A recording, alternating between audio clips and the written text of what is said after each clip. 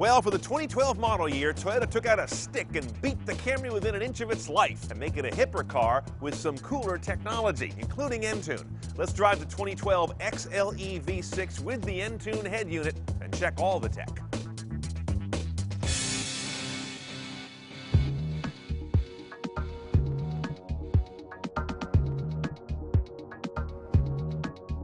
Now, this being an XLE, we've got the high-tone trim, you got this stitching and all these nice soft finishes. Let's just say the Camry looks a lot nicer when it's a nice one than it ever did before. Kind of a more grown-up, luxurious look, not that kind of doughy transportation appliance it long was. But let's get to the real action here, the head unit. We've got the ultimate head unit here, which is what they call their advanced navigation system. And one of the things you'll see is that I can do a split screen, and I've always liked Toyota and Lexus rendering, the quality of the graphics. To me, this is one of the best screens in a car today.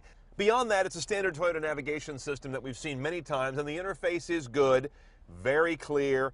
One thing about it, though, it's a touchscreen, of course. Sometimes I found it was very hard to get these touch buttons to react. Sometimes they're light. Sometimes I gotta mash them with my thumb. I don't know if it's temperature related or a different mode of the system, but sometimes it can be a little bit of a pain. Our media options are many on this car because we've got it as a high trim car with the top end head unit. We have a USB plus iPod down in here. There's also an auxiliary jack there for your basic fallback. AM, FM, HD radio with iTunes tagging. Sirius XM satellite radio is standard, as is A2DP Bluetooth streaming.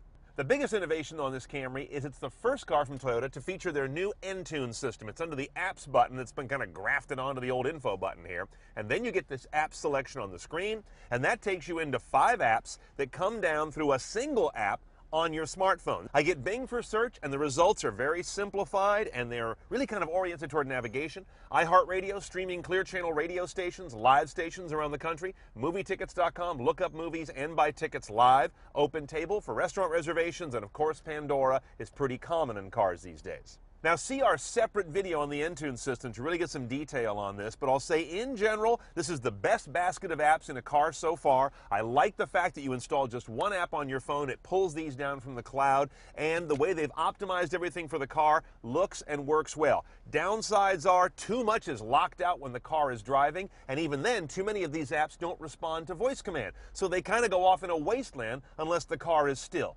Toyota's got to figure out their game on that front. Couple things to note on this car. It is trying to be very green, though of course it's not a hybrid or anything like that, and there's no auto start stop technology, but you do have something I've never seen before. That needle is an average MPG gauge. Not a readout digitally, but that needle actually moves around and hovers and monitors your historic MPG. It's an interesting way of showing it, and right around it you've got those green segment bars. Those show your instantaneous economy as you're driving, and finally the eco light tells you when you're driving as economically as the engine is capable of. One choice on the gearbox, a 6-speed automatic that has a sport gate. Everybody has to these days. No paddles on the wheel though, unless you get the SE model. Now, pretty garden variety stuff in this Camry. It's a carryover 3.5-liter V6, good motor, gets you 268 horsepower, 248 foot-pounds of torque, while getting this roughly 3,300-pound car up to 60 in around 6.5 seconds. Your mileage is 2130 EPA rated. It's going to give you around 24 then as an average.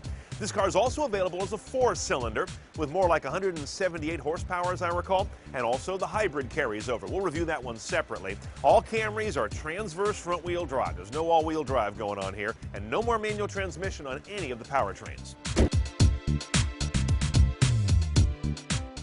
Now, you know me, I care much less about how much power a car has than how available the power is that a car has, and this is in the high camp for availability.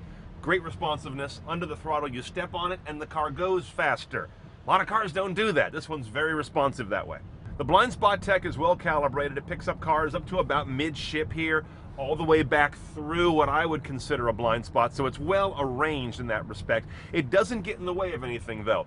All it does is tell you with a solid yellow someone's there, or with a blinking yellow if someone's there and you've turn signaled into that lane. And here's the great sort of unsung headline on this car: the handling's good. Not sporty good, but responsive good. It goes along with that engine's right now power availability, makes for a very cohesive package. This is the kind of car you will enjoy driving in almost all modes. It never feels laborious or like you're on a boat and you got to kind of lean the opposite way to keep it from capsizing.